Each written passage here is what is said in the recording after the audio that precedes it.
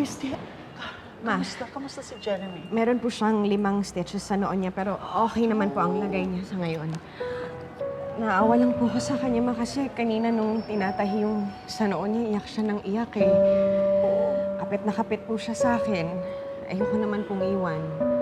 Ayoko rin namang bitawan yung bata. Awa lang talaga ako kay Jeremy kasi sakit talaga nung nangyari sa kanya, Ma eh. At Ma, doon ko po na-realize na tama lahat ng sinasabi ninyo sa akin. Meron pa akong isang anak bukod kay Tori na nangangailangan din ng oras at ng atensyon ko. Hindi na po ako mawawala sa focus, Ma. Ayusin ko na po yung buhay ko.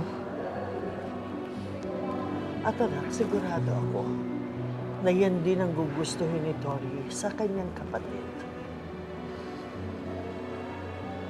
Okay? Apo, Ma. Tama po kayo.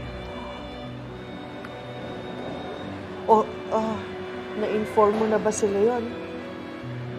Hindi pa po matatawagan ko lang, Ma.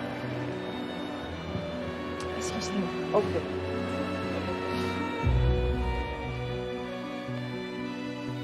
Oo.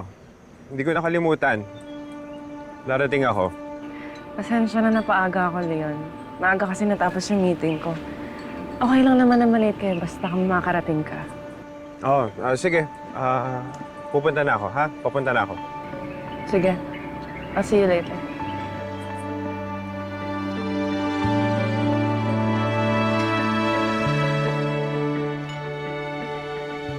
Sana kami pa rin ng tatay mo ang magkatuluyan sa Hulabili. Kahit wala ka na, mabubuo pa rin ang pamilya natin.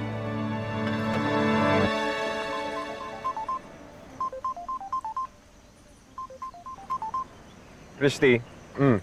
Leon, nasan ka? May pinuntahan lang ako. Isa pang meeting. Bakit? Leon, kasi may nangyari kay Jeremy. Oh, ano nangyari kay Jeremy? Nabagok yung ulo niya. Nandito kami ngayon sa ospital. Okay, kamusta ang lagay niya? Okay naman na siya ngayon. Pero masakit lang talaga yung tahi sa noo niya. Christy naman dapat sinasabihan mo ako kagad. Alam ko, pasensya ka na talaga. Sige, dyan na lang tayo mag-usap. Pupunta na ako kagad, ha? Sige. Sorry ulit, Leon.